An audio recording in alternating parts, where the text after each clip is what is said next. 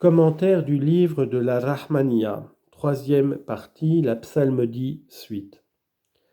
Les 20 règles de la psalmodie. Note du traducteur. L'auteur ayant fini de parler sur la nature et le mode de la psalmodie, expose les règles et les conditions à suivre dans son exécution.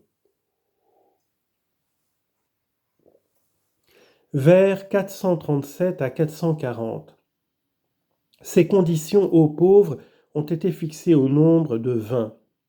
Les règles de la psalmodie ont été fixées par les soufis. Commentaire. Les règles de la psalmodie sont au nombre de 20 environ.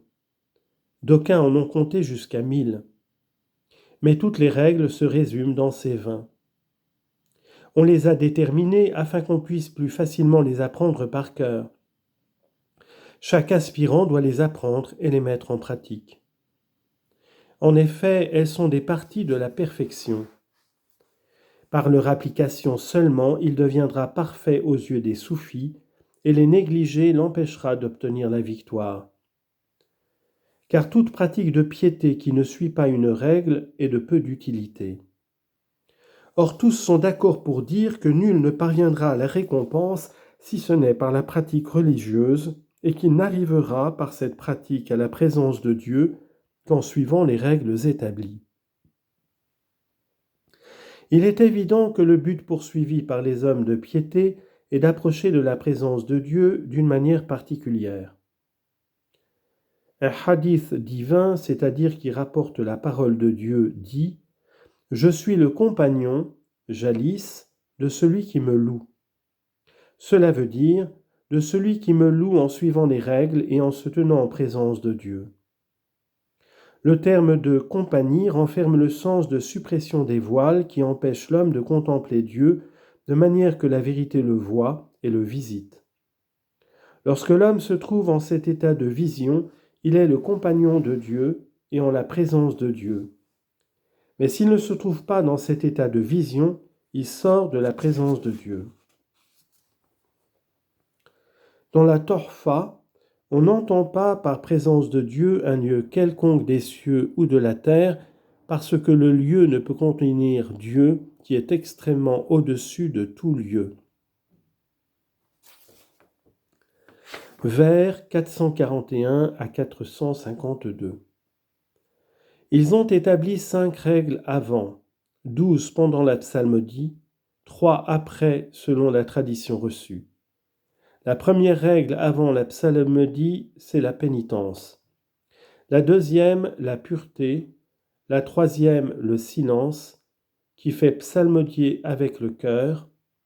La quatrième est la demande de l'assistance. De la part du shir, ô maître, Mourad. La cinquième, la demande de l'assistance de la part du prophète.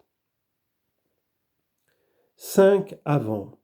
5 des 20 règles doivent être observées avant de commencer la psalmodie par chaque priant. 12 pendant la psalmodie et 3 après. Qu'elle les termine, afin de jouir des fruits qu'elle apporte aux priants et de voir briller les lumières qu'elle procure au cœur de ceux qui sont instruits par Dieu. Harifin, ceux qui savent par inspiration.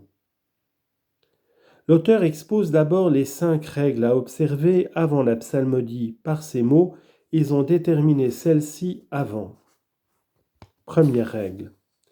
La première règle à observer avant la psalmodie, c'est la pénitence et le retour à Dieu, Tauba. Elle consiste à quitter tous les péchés et tous les crimes extérieurs ou intérieurs, de la manière indiquée par les maîtres de spiritualité. La deuxième règle est de faire la grande lotion lorsque celui qui doit commencer la psalmodie est en état de pollution, janaba, ou d'impureté, najasa, ou de faire l'ablution ordinaire, oudou, ou bien l'ablution sèche, taïmoum. Le but de ces lotions est d'obtenir une pureté totale au-dedans et au-dehors. La pureté extérieure est facile à déterminer.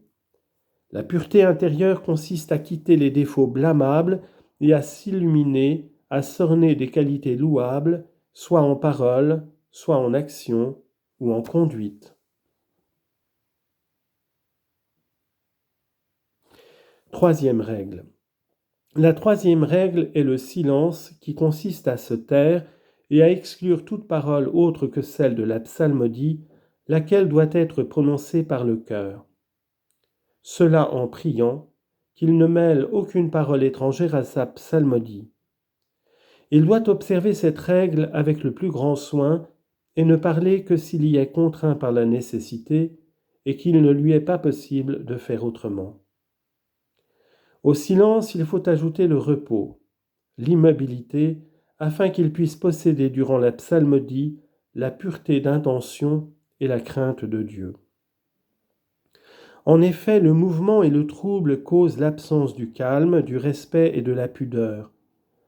Le mouvement et les regards jetés de côté et d'autre ne te permettent pas de bien te tenir dans une grande réunion d'hommes. Dans ces conditions, comment donc pourrais-tu te tenir en présence de Dieu pendant que tu le loues et soutenir ton attention pour contempler Dieu?